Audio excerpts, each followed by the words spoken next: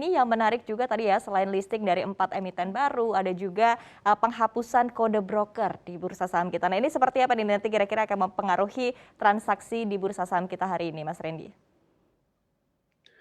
Ya, untuk dari sisi, penghapusan kode broker ya mungkin memang akan lebih berdampak pada, trader-trader yang biasanya menggunakan informasi tersebut, gitu ya. Mungkin, kalau kita lihat mungkin dampaknya namun tidak akan terlalu signifikan.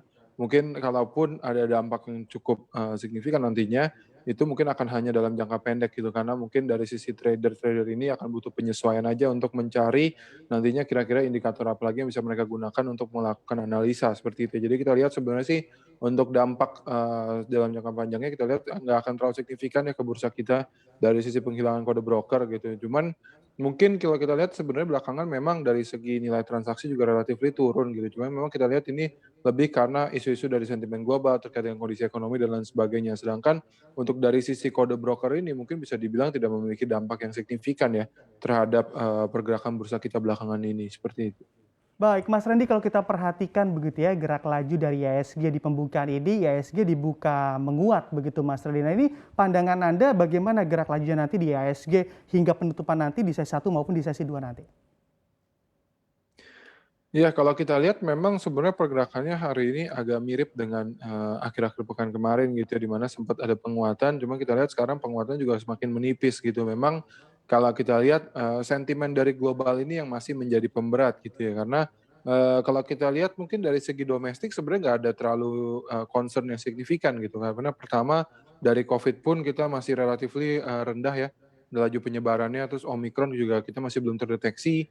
Kemudian kalau kita lihat kondisi makroekonomi kita juga relatifly masih solid gitu, sehingga sebenarnya sih nggak ada yang menjadi concern cukup signifikan gitu yang menjadi sentimen negatif bagi IHSG. Cuman memang perkembangan global ini dari tapering the Fed yang lebih cepat, kemudian ada potensi nanti mungkin adjustment dari sisi tingkat suku bunga juga akan bisa lebih cepat dari perkiraan, kemudian juga, dari rilis tenaga kerja US, terus juga dari varian Omikron yang tersebar di berbagai negara, ini yang juga, menjadi sentimen negatif ke bursa regional dan juga domestik IHSG, seperti itu.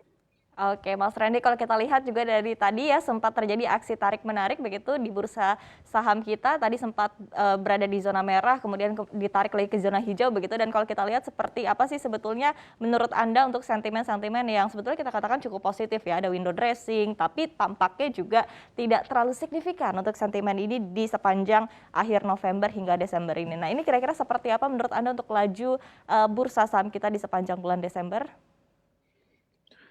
Iya, kalau kita lihat sih mungkin untuk Desember nanti, tetap, kita lihat harusnya trennya akan sama ya kan, kayak tahun-tahun sebelumnya gitu, di mana Desember akan mengalami penguatan, karena kita lihat November pun juga trennya agak mirip dengan tahun-tahun sebelumnya, di mana November relatif lebih melemah, gitu. Cuma kalau kita lihat dari segi sentimen window dressing dan lainnya, mungkin sebelum-sebelumnya di bulan September dan Oktober kita juga melihat sebenarnya bursa kita sudah naik cukup signifikan sekali, gitu. Jadi menurut saya, cukup wajar sebenarnya ada pelemahan di November dan mungkin nanti, Desember hingga Januari ini akan menjadi momentum yang mungkin bisa dikatakan, adanya window dressing lanjutan juga gitu ya, untuk dari akhir tahun di Desember sampai dengan di awal tahun di Januari gitu. Karena kalau kita lihat, melihat, kayak di tahun 2021 awal, itu juga momentumnya kurang lebih mirip gitu, di mana, Desember hingga Januari awal, bursa kita masih mencatatkan penguatan yang signifikan dan juga yang paling penting sih kalau kita lihat dari segi COVID-19 ya, selama COVID-19-nya tidak kembali terjadi outbreak yang